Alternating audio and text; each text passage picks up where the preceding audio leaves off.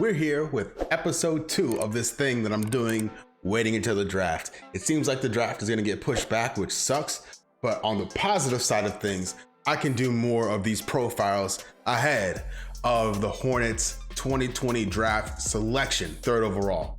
So what we're doing tonight, this morning, depending on when you're watching this, is looking at James Wiseman. The first thing we're gonna look at, scouting reports. We're gonna look at highlights, come up with the score. We're gonna look at the team fit, how the current team stands, and how Wiseman could fit into that current setup. And then we're gonna look at his Instagram to see what he has going on over there. I don't even know if he has an Instagram, probably does. We'll see in real time together as a family.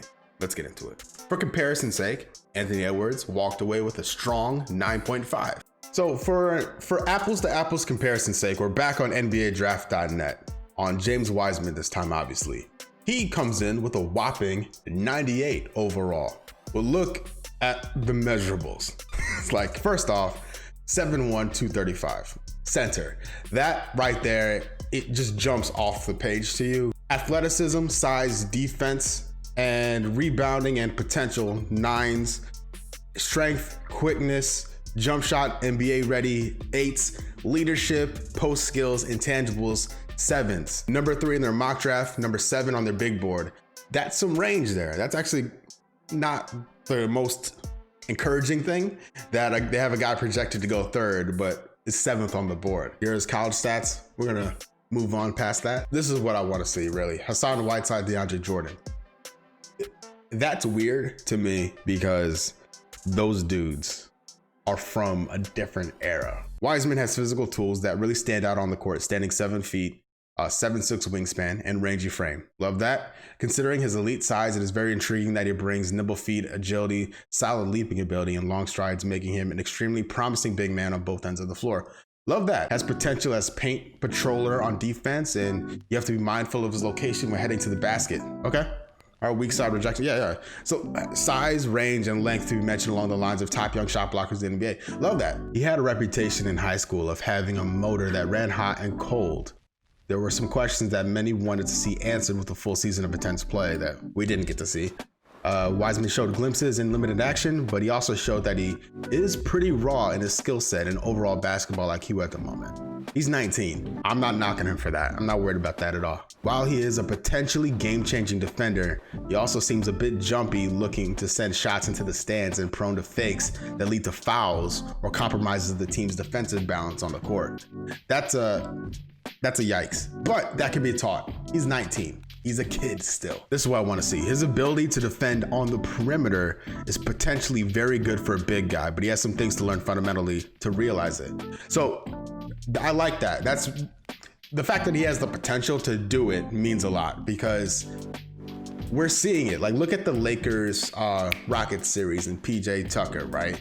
Rockets go small. It forces Dwight and JaVale to the bench because they can't guard the smaller player on the perimeter.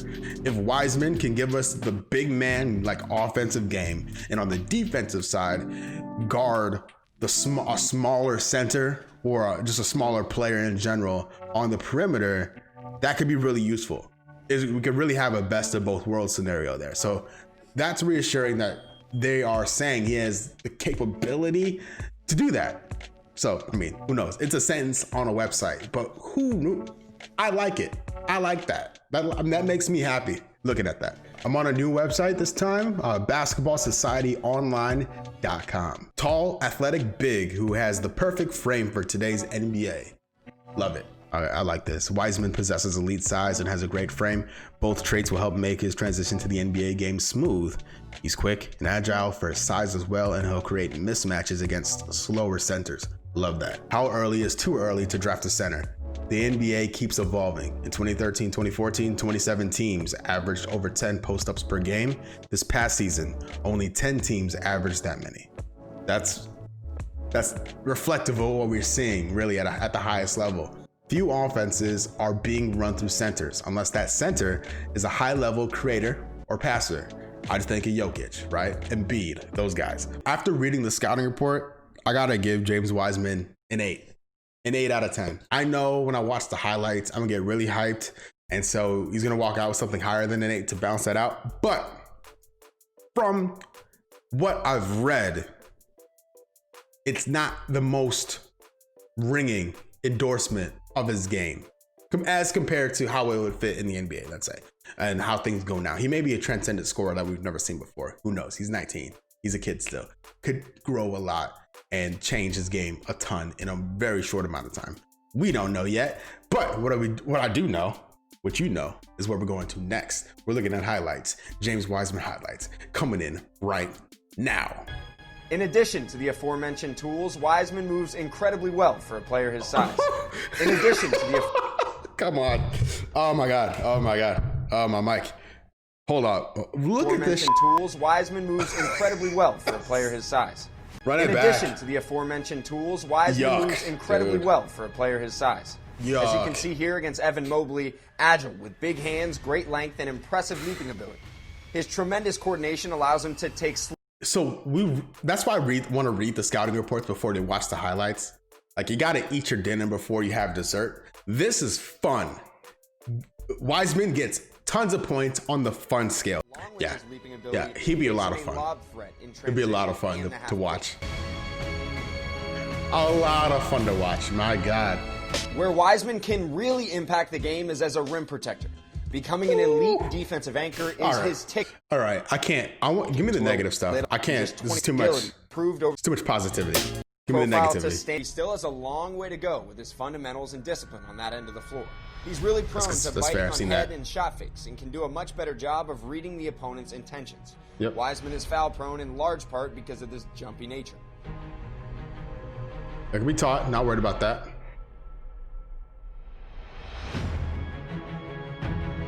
Hey, work that time. He got the block there. He's getting a 10 out of 10. I'm sorry. That's a lot of fun. His game would be a lot of fun to watch. Man, the highs are very high.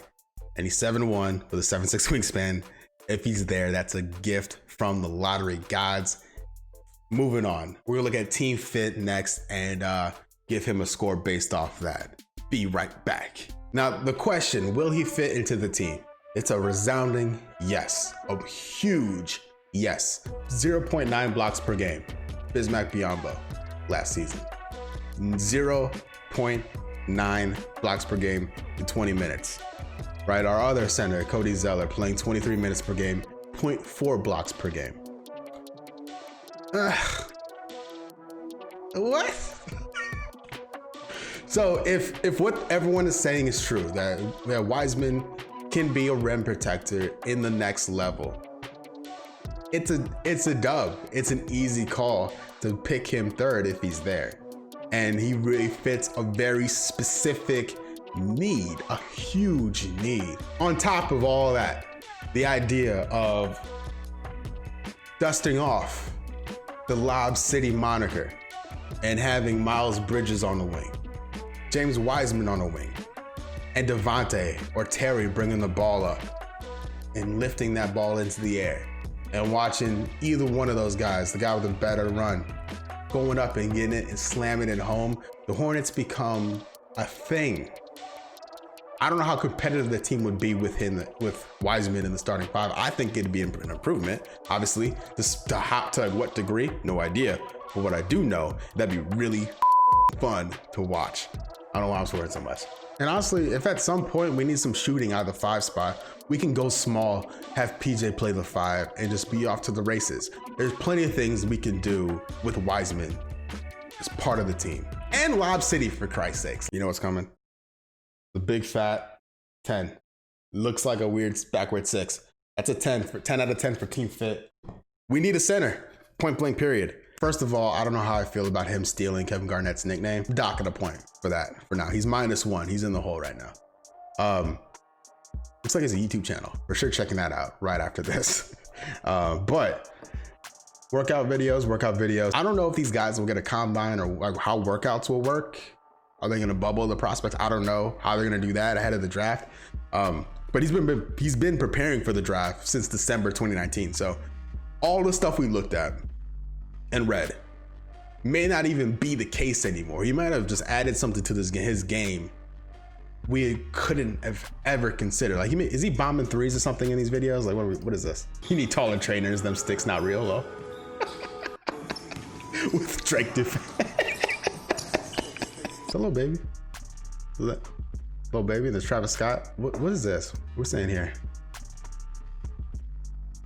Yeah, I'm not following his TikTok. Let's take a look at this newest one here. I just wanted to come to y'all today to talk about the topic is going to be about embracing your struggles. I feel that adversity is something that we have to go through as individuals to enhance our spiritual growth and our personal growth.